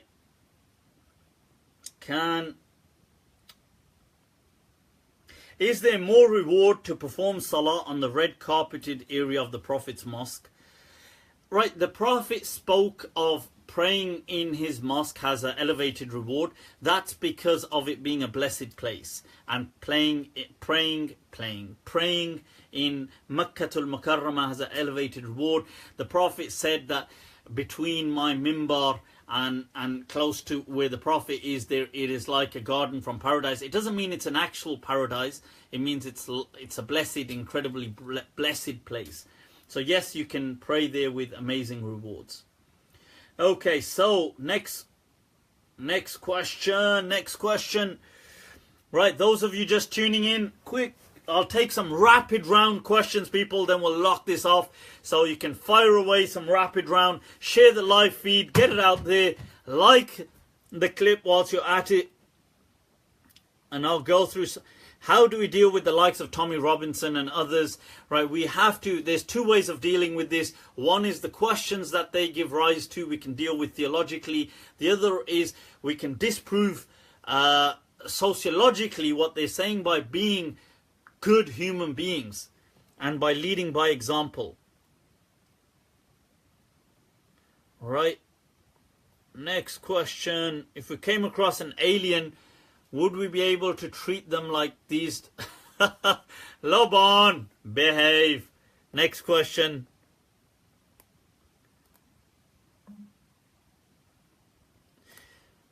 Did Ibn Taymiyyah believe the genus of species is eternal? I'm not sure what you mean by that. What species are we talking about?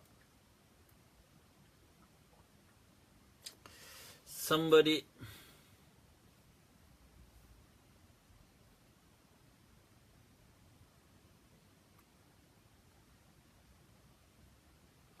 Mohan Singh has written in Hindi, अबे क्या नाटक कर रहा है,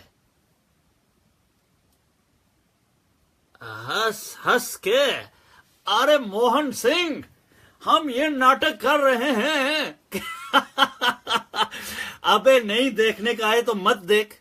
If you don't want to watch this, go. Let me just block him. Right, so right, next. If it weren't for my young son, I would want to just go crazy and die. It's a tough life. Ronnie, our prayers are with you. May God make things easy for you. And it's great to hear that your child is very beloved to you. How long do you pray generally? I mean, prayers are just however long they take you, I guess. It's not. In wudu, can you wipe over the head or all of it? If you're Maliki, generally the way to, when you're wiping over the head, it's like that. Can bring it back. If you wipe over a certain amount, that's okay. But generally, rather than doing this, just go like that at least. Get that done at least, people. That's what I would say. You forgot my question. Are you an Ash'ari? Ah, look at this, trying to label me. Nate. How do we deal? Okay. Right, come on then, people. Any rapid round questions? Rapid round. Let's take some. If you've just tuned in, well, you're pretty late, but click like, click share, get this out there, and put any rapid round questions you've got. Somebody's saying I missed their question. You know what it is? I only get to see just a small amount at the bottom of the screen, and it keeps moving. Does the Taliban's harsh puritanical interpretation of Islam originate from Deobandi Hanafi interpretation of Islam? Ostracized, heard that Mullah Umar studied in the... Yeah, the Taliban were and are Deobandi, but that doesn't mean, I suppose, all Deobandis think like that. It doesn't mean that. I think generally the whole Indo-Pak thing is based on a Islam is puritanical in essence, and then they vary amongst themselves. They're on a spectrum. So, may Allah make things easy and expand people's reasoning. Ameen. Right, so I think the madrasa system definitely needs to be revisited. Massively needs to be revisited. I think the madrasa system today is not only broken, but it's constantly producing broken people. So it's like it's a production line, but because imagine something's coming off and now one of them's got knocked off, so all the others that are being pushed off are just getting knocked off, and it's just creating a pile of just knocked off and damaged goods. So it needs to be visited. I mean, revisited by that. What would you tell your 18-year-old self? God, I don't know, man. I don't know. I think I suppose we all are very different people. What I would say is, look, throughout life, always be prepared to learn. Be prepared. Don't be afraid of questions that you see. Okay, don't let questions scare you away. Till today, I say that, look, you can bring me any question, whether it's to do with faith or anything. I will at least try to answer it. Or I will at least, if I can't answer it, I will think about it. One of our teachers who taught us, Tirmidhi, Mufti Atiqur Rahman, may Allah bless his soul and elevate him in Jannah. He passed away as a martyr. He taught us in Tirmidhi, when he taught us hadith, the famous book of Tirmidhi, he said that, look, sometimes you guys ask me questions. Like you say, hey, what's this? How do we understand this hadith? And he said, look, I'm just like you.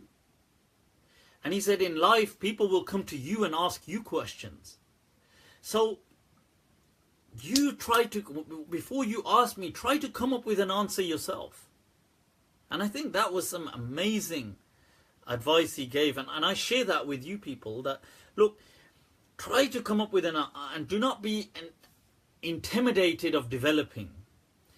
Even if it shakes you. The Holy Quran says, if anyone kills a human being, unless it is as though, yep, that's correct. That's true. It's mine. Just wait until the next time. It's not rapid fire questions, I guess. Mentioned my name like 2 times but got caught. Right, I've answered the awrah one. When it comes to man's awrah, difference of opinion within madhabs. Generally, the madhabs agree, Abdul Wazi. They just disagree on whether the knee is part of it or not. And some say yes, some say no. The navel, whether it's part of it or not. And whether the thigh is part of it or not. They've got some disagreements amongst themselves, but generally they all seem to go with between the navel to the knee.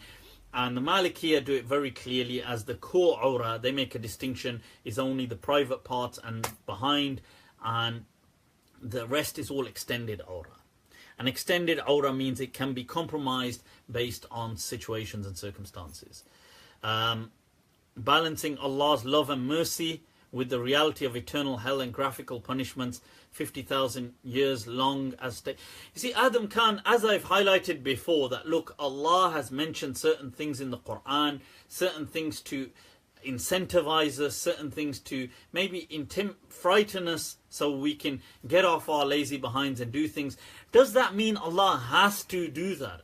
It doesn't mean that. Allah doesn't have to punish anybody if He doesn't want to. He doesn't have to send anybody to paradise if He doesn't want. So the thing is, as the Prophet said, look, you don't get into Jannah because of your Iman. He said you get into Jannah by the grace of God. He said nobody gets into Jannah by their actions. So it's important to look, we just recognize that yes, God has motivated us, and He has maybe at times kind of given us an intimidating impetus, like frightening kind of impetus to say, well, you better do this. We just get on with it and we leave those things to Allah. It doesn't mean that they have to happen like that. Okay. What was your biggest failure in life? Kamal karte ho Pandey ji. What was my biggest failure?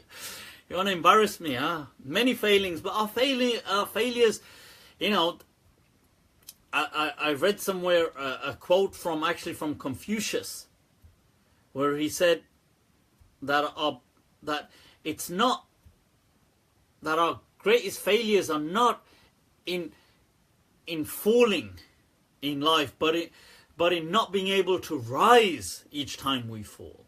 And that is that is the important thing. That always stay positive, people. Always try to be positive and optimistic. Smile at the world. Let it smile right back at you.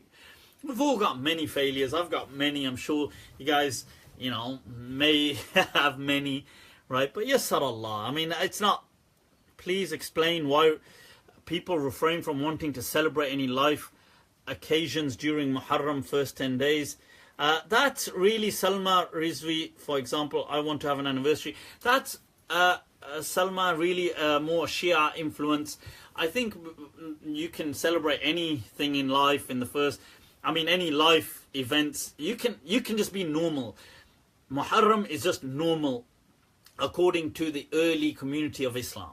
In the Quran, the Sunnah, the early community, they lived normally. They didn't have special holy days or days of mourning or days of, death anniversaries of, people. They didn't do these kind of things. They don't mourn, didn't do this. This is all a very kind of latter day Shia influence that was created and then crept into certain cultures. So I know some people don't eat meat on certain of these 10 days and stuff like that. I mean, you could do whatever you want, but it's not Islamic. I mean, it's not from a true Islamic source. Obviously, it's part of certain Islamic cultures. When does the domino effect of mutanajjis thing end? I'm not sure what that question means. And the sacrifices, read the story of Karbala and you won't want to party. I don't really want to get into a debate, but I don't advocate mourning, not over Karbala or anything. Right, I don't advocate mourning in general. Okay, I feel that Allah has given human beings a great blessing of Islam, and the message of Islam is a positive, optimistic message. Tragedies have happened, we acknowledge them as tragedies, but we don't get besotted and obsessed with tragedies. That's my understanding. You can disagree. I mean, you can say, you want to be you want to mourn. You can mourn all year round. I mean, you can be a very mournful person. That's your interpretation. That's your way of looking at things. I personally find that very counterproductive. I find it very goth-like. But that's how I see Islam. I don't see the early Imams, the Salaf of this Ummah. Imam Malik never mourned on the day of Karbala. He never mourned this. He never said that it was a special day. He treated it just. Imam Shafi'i never mourned. Imam Abu Hanifa never mourned. They never did these things. So that's my understanding. But you can take your understanding however you like. Where am I? I'm in my man cave, people. I'm in my man cave. That's actually one of my Wi-Fi names. It's the man cave. All right.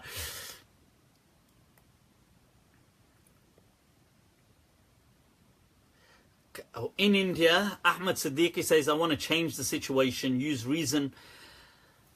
May Allah help you, man, Ahmed Siddiqui. I don't know what to say, really, how to advise. Maybe just, I don't know, maybe promote certain lectures or certain things or certain people. And I don't know, it's difficult. It's difficult because it's a long struggle. Look, even in the UK, I try to speak about the voice of reason. And look, in the UK, for God's sake, we get all this backlash and people just so blind to, like, oh, and they hate the sound of the voice of reason, which is shocking because the Quran only seems to address, لَعَلَّكُمْ تَعْقِلُونَ, in the hope that you use your intellect, أُولُو النُّهَى, أُولِي الْأَبْصَارِ, people of reason, people of intellect, this is what the Quran constantly goes on, addresses. Right, okay, people, let's wrap this up. First book to read for a non-Muslim. I think you can go through certain lectures, maybe, or read certain things on. It's difficult. It's a difficult question. Yes, of course, read the Quran. You can read Seerah. Maybe I would advise it as a non-Muslim. Listen to people like Sheikh Hamza Yusuf. He's an amazing person, an amazing voice. Listen to people like Imam Suhaib Webb as a new Muslim. Amazing voice. These people are voices of reason. These people are. Are you a Deobandi? No, I'm not a Deobandi. No. I don't have anything against them. I'm not a Brelvi, Deobandi, Salafi, anything. Not, and this is what, you see, this is the thing that, you see, if you belong to a sect or a denomination, it doesn't matter how independent you think you are, or how, like, independently thoughtful you think you will always, to some extent, toe the party line. You can never truly be critical and objective if you are part of a denomination. You can never. It can never, you know, you can do so, but it will result in clashing with the group and breaking away from them. Because the group, the pack, is always very territorial. It's like how Nietzsche said that sanity is an exception in individuals, but the norm in groups. So we have to understand that this is why I advise people to respect all groups. I respect Deobandis. Many of my teachers were Deobandis. Many of my teachers were Brailvi. I studied in a Deobandi madrasa. I studied in a Brailvi madrasa in Pir Karam Shah Sahib's madrasa. I studied also in Jami Abu Bakr, partially, which is Jami Abu Bakr Salafiyah, one of the leading Salafi madrasa in Pakistan. I have teachers from all of these people, from these denominations. I respect them all, and I disagree with them all.